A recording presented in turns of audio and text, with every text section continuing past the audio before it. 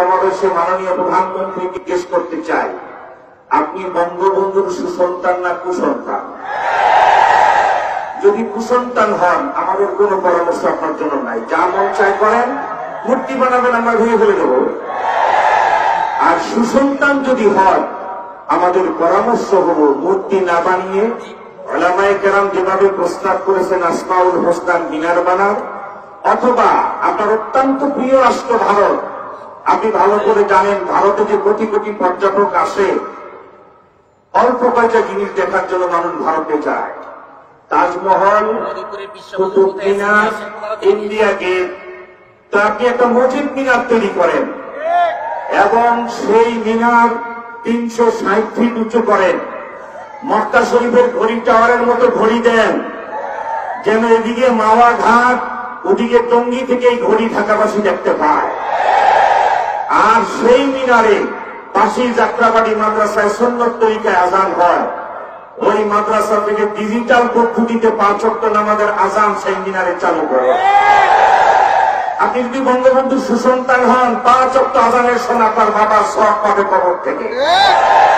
আর মূর্তি যদি বানান, পারবেন না, চ্যালেঞ্জ করে বলছি। এয়ারপোর্ট গোলচক্কর মোস্ট ইন্টারন্যাশনাল পয়েন্ট, সেখানে মূর্তি বানায় রাখতে পারেন, ভেঙে দিয়েছি। চ্যালেঞ্জ করে বলছি, যদি বাহাদুরি দেখান, আপনাকে দেখে নেওয়া হবে ইনশাআল্লাহ।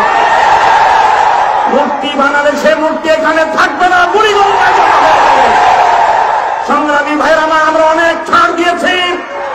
মাননীয় প্রধানমন্ত্রী ধরাকে সরাজান করবেন না।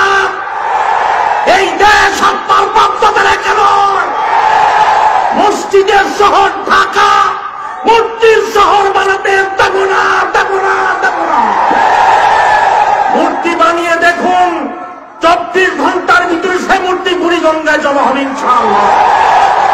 মাননীয় প্রধানমন্ত্রী, ভোট ছাড়া যদি প্রধানমন্ত্রী হতে পারেন, মূর্তি কিভাবে ভেঙে দিতে হয় সেটা অনুভূতি আমাদেরকে শিক্ষা দিয়ে গেছে। সময় মতো দেখবেন মূর্তি কিভাবে ভাঙা হয় ইনশাআল্লাহ। তাই আল্লাহর রাস্তায় আপনাকে অনুরোধ করি, মসজিদের শহর ঢাকায় মূর্তি বানিয়ে জনগণের মনে আঘাত দেবেন না, নিজে ক্ষতিগ্রস্ত হবেন না। তাই একটি প্রস্তাব করে আমি আমার বক্তব্য শেষ করছি। আজকে তো মাত্র সূচনা হলো মূর্তি বিরোধী আন্দোলন। মাননীয় প্রধানমন্ত্রী সূর্য উঠতে দেখবেন, ডুবতে দেখবেন না ইনশাআল্লাহ। অপেক্ষা করে না, মূর্তির সাথে কোন আপন বাংলার মুসলমানেরা করবে না।